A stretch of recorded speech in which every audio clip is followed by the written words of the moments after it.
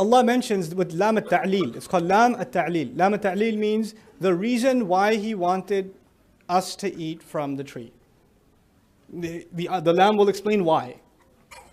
He says, لِيُبْدِيَ لَهُمَا مَا وُورِيَ عَنْهُمَا مِنْ سَوْآتِهِمَا. He wanted them to go to the tree and eat from the tree so that He could expose to each of them what was covered of their ugliness. He wanted them to lose their clothes. He wanted them to be provocative in front of each other. This is what He wanted. This was His way of humiliating, because Adam alayhi salam was honored, and what better way to humiliate someone than to remove their clothes? You know? And He wanted that for both our mother and our father. What is happening in the world of design? What is happening in the world of entertainment? How are you justifying yourself watching television shows that have, the following has sexual content? You're like, oh, it's just some sexual content. It says some. I can forward it. You know? I could skip that part. I just see the first second of it. Then I'll say astaghfirullah. Then I'll watch it again when nobody else is there. It's disgusting. But this is what shaitan has done. And he knew that human beings will lose their dignity if they lose their clothes. And now we are living in times where losing the clothing is celebrated. It's just celebrated. Why are guys working out if they're going to stay dressed? You can tell me you're working out because you want to be healthy, but there are plenty of other exercises you can do, but you want to build certain muscles of your body because eventually you want to find an excuse where somebody sees you. It's sad. Even guys. Girls, you know. Why are they, there are girls that are dressed and they want to tell themselves they're dressed Islamically. They're covered head to toe. But covering isn't just the Islamic code of dress. It's about protecting, covering what Allah beautified within you. So if you're covered head to toe, but you're wearing skin-tight clothes, you know, or you're drawing attention to certain parts of your body with the kinds of clothes you're wearing, you know, you don't kid yourself, you know. And I'm talking to you like your older brother. I'm not gonna, beat around the bush. It is like it is. My daughters have to hear this from me too.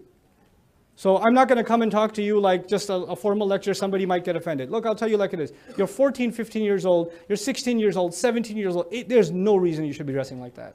There's no reason. And don't kid yourself that you're wearing a hijab, and don't kid yourself. You know? And I'm not going to call you out if you're walking by, hey, dress better or whatever. I'm not going to call you out, but this is my opportunity to call you out. And nobody else can call you out. You have to call yourself out. You have to stop letting shaitan trick you into thinking this is your way of looking beautiful. This is not. This is not. This is sad. This is what it's people who don't have anything higher to find meaning in. This is what they find meaning in. I'm not saying you shouldn't dress nicely. Girls have a natural tendency to want to dress nicely. Guys can look like homeless people and they're fine. Girls have a thing. They want to dress nicely. That's fine. You know, I wouldn't dress like this if my mom didn't tell me. I wouldn't do it, you know. So my mom said, "Aise ja rahe ho bahar? Aise lecture doge? Ye pehen ke jao." Like, okay, mom, I'll dress up. Okay. You're going to go like that? Like that? To a lecture? I was like, okay, mom. All right. Fine. I'll dress like a human. But girls want to look pretty. That's fine. You know what? Cool. That's cool. No problem. Allah even says when He revealed clothing, He said, warisha, and means to look well, look nice. He did. But not provocative, and you are smart enough to know the difference, and please don't pretend you don't. You do. You know very well. And your mother calls you out on it too. Your mother calls you out and you say, Mom, come on, don't say that. You're embarrassing me. No, she's not embarrassing you. She's giving you a reality check. Because shaitan's messing with you and your mom's trying to help you out. Don't dress like that. Don't dress like this. And then there are the sad situations in our families where the mother tells the daughter, take the hijab off. Why is your jilbab so loose? Why can't you get a tighter one? That'll look nicer. You know, there are those sad, disgusting situations. That needs to stop. Yes, I know.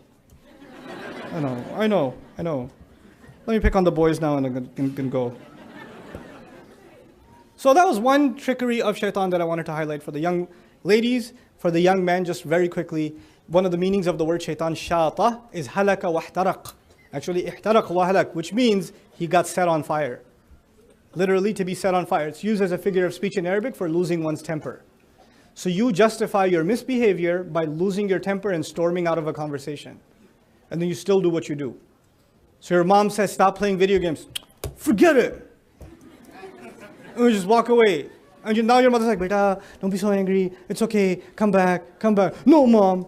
You're always interrupting. my very important, purpose in life. Like, or is it Half-Life? I don't know what the game is called. You hide, you justify your misbehavior by just acting all tough. So nobody could correct you. Anybody tries to give you advice, you all go, hey! All right, whatever, I'm not coming back. I don't need this. This is shaitan. That's shaitan. When you're incapable of taking advice, incapable of being corrected, you get flared up. You just got flared up. I gave khutbah yesterday, I was really happy with myself. I gave khutbah and usually my khutbahs don't make any sense. Yesterday it made sense, I thought. It made sense, So I was like, okay, alhamdulillah, this one went well. Uncle comes up to me and says, your khutbah made no sense at all. It had no content. I did not understand anything you were saying. It was completely impractical. It was terrible. You have an obligation to speak clearly in front of the youth. You did not connect with the youth at all. I thought your khutbah was terrible. And I listened to that and I said, okay, do you have any suggestions? And he said, yeah, I have lots of suggestions. And my family was waiting downstairs. They're in the car, kids getting cranky and all that. I sat with the uncle for 30 minutes and he gave me suggestions and I wrote them. I literally wrote them. I put them in my phone. I kind of want to save them and I have them. And I disagree with some of them, but I agree with some of them. You have to learn to take criticism. It's okay. I did not say, excuse me, are you on YouTube?